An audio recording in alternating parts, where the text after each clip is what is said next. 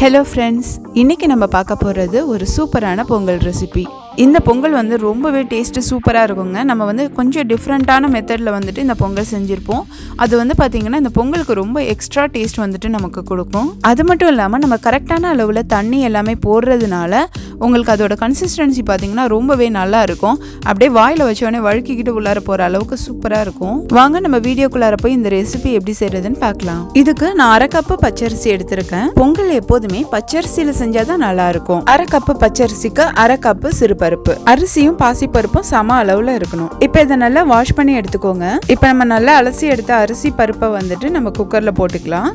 இதுக்கு வந்து பாத்தீங்கன்னா நான் 3/2 கப் தண்ணி ஊத்திருக்கேன். நம்ம போட்ட 1/2 கப் அரிசிக்கு 2 கப் தண்ணி, 1/2 கப் பருப்புக்கு 1/2 கப் தண்ணி. அதாவது அரிசினா 1க்கு 4, பருப்புனா 1க்கு 3. எப்போதுமே இந்த கணக்குல தண்ணி எடுத்துக்கிட்டீங்கன்னா பொங்கல் வந்துட்டு உங்களுக்கு கரெக்டான கன்சிஸ்டன்சில வரும். இப்ப இதுல 1/2 டீஸ்பூன் ஜீரகத்தூள், 1/2 டீஸ்பூன் மிளகுத்தூள், 1 பிஞ்ச் பெருங்காயத்தூள், தேவையான அளவு உப்பு. நான் இதுல வந்து பாத்தீங்கன்னா கிட்டத்தட்ட 1/2 டேபிள் ஸ்பூன் உப்பு போட்டிருக்கேன். இந்த மாதிரி தூளா சேர்க்கும் போது நமக்கு எக்ஸ்ட்ரா ஃபிளேவர் அண்ட் டேஸ்ட் கிடைக்கும். அது மட்டும் இல்லாம குழந்தைங்களுக்கு கொடுக்கும் போது அவங்களாம் மிளகு சாப்பிட மாட்டாங்க. இந்த மாதிரி நம்ம அவங்களுக்கு வந்துட்டு ஈஸியா மிளகுலாம் சேர்த்துடலாம். இதுல 1/4 கப் பால் சேர்த்துக்கோங்க. இதுவுமே பாத்தீங்கன்னா பொங்கலுக்கு ஒரு எக்ஸ்ட்ரா டேஸ்ட் கொடுக்கும். இப்போ இந்த குக்கரை மூடி வந்துட்டு நம்ம ஒரு 4ல இருந்து 5 விசில் வந்து வச்சிடலாம். 5 விசில் வந்ததுக்கு அப்புறம் ஆஃப் பண்ணி நீங்க ஓபன் பண்ண வேணா அப்படியே வச்சிடுங்க. ஒரு 15 மினிட்ஸ் அப்படியே இருக்கட்டும். 15 நிமிஷம் கழிச்சு நம்ம ஓபன் பண்ணி பார்க்கலாம். பாத்தீங்கன்னா சாதமும் பருப்பும் நல்லா வெந்து வந்திருக்கு.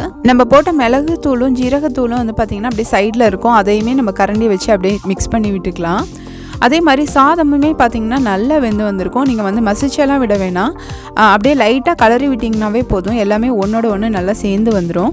ரொம்ப குழையாமல் அதே சமயத்தில் கொஞ்சம் கரெக்டாக பொங்கலுக்கு எப்படி இருக்கணுமோ அந்தளவுக்கு இருக்கும். இதை இப்போ நல்லா மிக்ஸ் பண்ணி விட்டுட்டு மறுபடியும் நம்ம மூடி ஒரு ஓரமாக வச்சிடலாம். இப்போ இதுக்கு வந்துட்டு தாளிப்பு ரெடி பண்ணிடலாம். இந்த அளவுக்கு நான் 3 டேபிள் ஸ்பூன் நெய் எடுத்திருக்கேன். உங்களுக்கு நெய் வந்து கொஞ்சம் கம்மியாக வேணும்னா நீங்கள் கம்மியாக கூட யூஸ் பண்ணிக்கலாம்.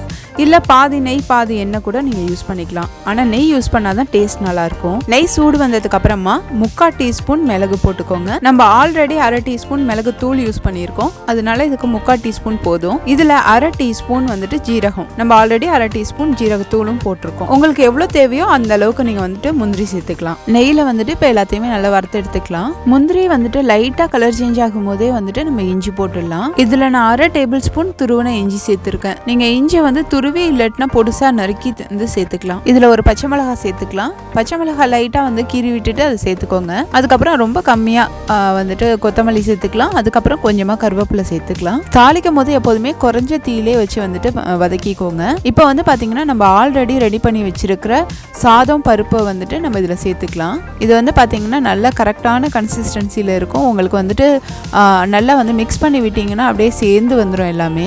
எப்போதுமே பொங்கல் வந்துட்டு இந்த மாதிரி ஒரு பதத்துல தான் இருக்கணும். அப்பதான் நல்லா இருக்கும். இதுல எக்ஸ்ட்ராவா ஒரு டேபிள் ஸ்பூன் நெய் வந்து நான் சேர்த்திருக்கேன். இது கம்ப்ளீட்டாவே ஆப்ஷனல் தான். இதை சேர்க்கணுன்றது அவசியம் கிடையாது. ஒரு நல்ல ஹோட்டல்ல நீங்க பொங்கல் சாப்பிட்டீங்க அப்படின்னா உங்களுக்கு வந்து பாத்தீங்கன்னா பொங்கல் வாயில வச்சோடனே நல்லா வழுக்கிக்கிட்டு உள்ளார போகும். அது மட்டும் இல்லாமல் நல்ல ஒரு நெய் வாசம் கிடைக்கும். அதுக்கு தான் வந்து இந்த எக்ஸ்ட்ரா 1 டேபிள் ஸ்பூன் வந்துட்டு நெய் சேர்த்துருக்கோம். இல்லை நமக்கு வந்துட்டு முன்னாடி இருந்த அளவே போதும்னா கூட அதுலேயே நம்ம நிப்பாட்டிக்கலாம். அவ்வளோதாங்க, நம்மளோட சூப்பரான பொங்கல் ரெடி ஆயிடுச்சு. நம்ம நார்மல் மெத்தடில் செய்கிற பொங்கலை விட இந்த மெத்தடில் செய்யும் போது ரொம்ப டேஸ்ட் நல்லா இருக்குங்க. நான் வந்து பார்த்தீங்கன்னா இதுதான் ரொம்ப வருஷமாக ஃபாலோ பண்ணிட்டு இருக்கேன். எனக்கு வந்துட்டு இது ரொம்ப பிடிச்சிருக்கு.